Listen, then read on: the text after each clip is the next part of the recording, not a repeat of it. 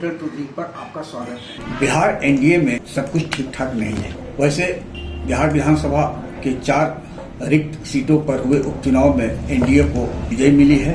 स्वाभाविक है कि एनडीए खेमे में खुशी हो, लेकिन पर्दे के पीछे की जो कहानी है वह एनडीए के लिए शुभ संकेत नहीं है और भविष्य में इसका खामियाजा एनडीए को भुगतना पड़ेगा, यह भी तय है। क्योंकि एनडीए में लोजपा रामविलास के राष्ट्रीय अध्यक्ष चिराग पासवान और केंद्रीय मंत्री हम सेकुलर के राष्ट्रीय संरक्षक जीतन राम मांझी के बीच सब कुछ ठीक ठाक नहीं चल रहा है।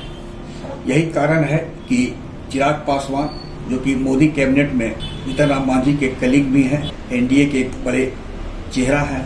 चिराग पासवान गया में हो रहे 2 उपचुनाव बेलागंज और इमामगंज में आएंगे यह कयास लगाया जा रहा था, लेकिन चिराग पासवान जीतन राम मांझी की बहू और बिहार कैबिनेट मंत्री संतोष सुमन की पत्नी दीपा मांझी के लिए वोट मांगने इमामगंज विधानसभा क्षेत्र नहीं आए, जिसका सीधा असर यह देखा गया कि चिराग पासवान, जो अपने स्वजातीय पासवान जाति के वोट बैंक को ट्रांसफर करने की क्षमता रखते हैं, उनके नहीं आने से जन स्वराज पार्टी के जितेंद्र पासवान को करीब 38,000 वोट प्राप्त हुआ, जिसमें पासवान जाति का एक मुश्त वोट पाने में जन स्वराज उम्मीदवार जितेंद्र पासवान सफल रहे। इस बात की स्वीकृति जन स्वराज के राष्ट्रीय संयोजक प्रशांत किशोर ने भी कही है कि इमामगंज में जो हमारा पार्टी प्रत्याशी था वो 2/3 वोट एनडीए का प्राप्त करने में सफल रहा है। यानी स्पष्ट है कि मांझी जी की बहू दीपा मांझी की लीड और होती, लेकिन महज 5600 वोट से विजयी होना, वो भी 3 राउंड तक वो पीछे चल रही थी। यह दर्शाता है कि चिराग पासवान की उपेक्षा करना शायद महंगा पड़ सकता था, लेकिन हुआ नहीं, क्योंकि दूसरी ओर ओवैसी की पार्टी प्रत्याशी ने करीब उतना वोट काटने में सफल रहा आरजेडी का, जितना से दीपा मांझी विजयी होने में सफल हो गए। वहीं अब बेलागंज में करीब 10,000 पासवान जाति के मतदाता हैं, वोटर हैं, उनकी वोटिंग कैपेसिटी है। इसे देखते हुए चिराग पासवान को बेलागंज में लाने के लिए जदयू प्रत्याशी मनोरमा देवी अपने शीर्ष नेतृत्व सहित एनडीए के बड़े नेताओं को बार बार मैसेज भेज रही थी, जिसका परिणाम यह हुआ मतदान प्रचार समाप्ति के पूर्व चिराग पासवान का बेलागंज में एक सभा हुई।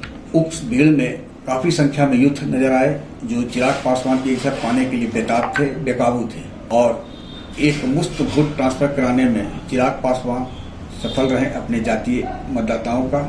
ऐसा राजनीतिक जो पंडित है स्थानीय, वो कहते हैं कि प्राय यह वोट आरजेडी को जाता था, लेकिन चिराग पासवान के आने से वोट जो था पासवान जाति का वह ट्रांसफर हो गया जदयू प्रत्याशी मनोरमा देवी के पक्ष में। एनडीए के शीर्ष नेतृत्व की नज़र तय है कि बिहार में जीतन राम मांझी और चिराग पासवान, जो दोनों कैबिनेट मंत्री हैं मोदी मंत्रिमंडल में, के बीच दूरी भविष्य में गठबंधन के लिए शुभ नहीं होगा, यह भी तय है। क्योंकि एनडीए के शीर्ष नेतृत्व को यह पता है कि चिराग पासवान ने झारखंड में 6 विधानसभा क्षेत्र के लिए प्रचार किया था, जहां उनका अपना चतरा से पार्टी प्रत्याशी जनार्दन पासवान विजयी रहे। साथ ही अन्य 5 स्थानों में से 4 स्थान पर बीजेपी एनडीए गठबंधन के प्रत्याशी सफल हुए हैं। यानी स्ट्राइक रेट झारखंड में प्रचार के दौरान भी एक स्टार प्रचारक के रूप में चिराग पासवान है। उनकी उम्र भी लंबी है राजनीतिक में।